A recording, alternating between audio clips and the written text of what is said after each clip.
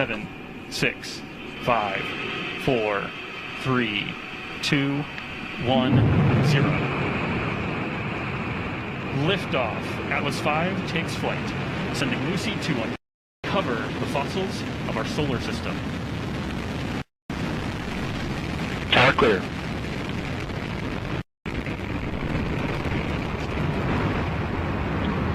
RD-180 propellant utilization has gone to closed loop control.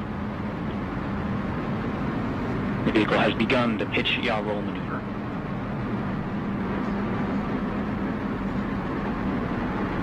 Now, 30 seconds into flight, vehicle is 0.6 miles in altitude, traveling at 939 miles per hour.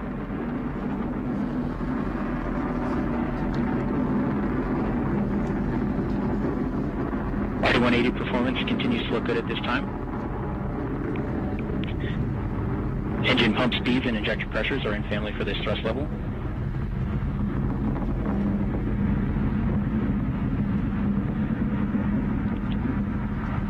Atlas vehicle attitude remains stable at this time. Attitude rates near zero in all axes. Now at T plus 70 seconds into flight, vehicle is 4 miles in altitude, 0.2 miles downrange distance, traveling at 1,200 miles per hour. Mach 1, Atlas is now supersonic.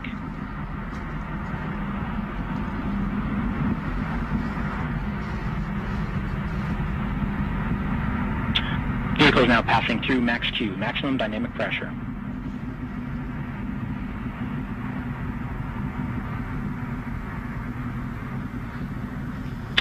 The vehicle is now throttling down slightly.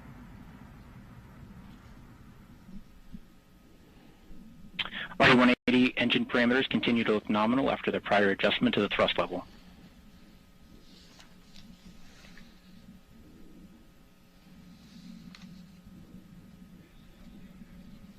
Approximately 2 minutes remain in the Atlas booster phase of flight.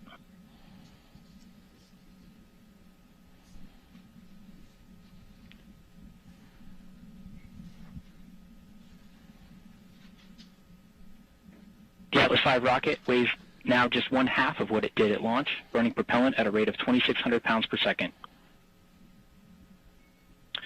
Vehicle is now executing closed-loop steering.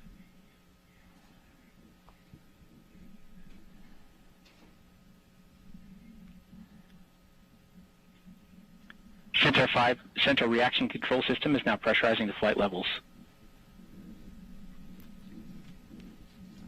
So beautiful launch sequence there. We do have another minute and a half or so to go with the booster in operation, getting Lucy. We're now just under 3 minutes into flight. Atlas is 33 miles in altitude, 59 miles downrange distance, traveling at 5,600 miles per hour.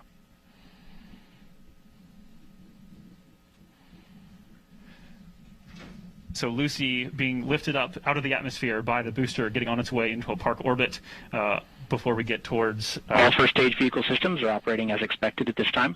Future portions of the launch activity, we have the Centaur multiple burns ahead and spacecraft separation.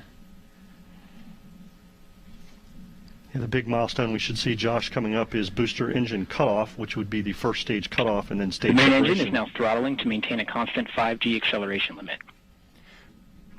We're going to see a few things happen pretty rapidly. The booster will cut off just after 4 minutes, and then within the next 15 seconds after that, we should see the Atlas separate from the Centaur, and then the Centaur engine ignite for its first burn. Centaur has begun the boost phase chill down sequence, and the RD-180 is now throttling to maintain a constant 4.6 G acceleration limit. Boost phase chill down sequence has completed, and we have BECO, booster engine cutoff, and a successful stage separation event. So what you're seeing on screen is an animation that's being driven by actual telemetry. Boost on the RL-10.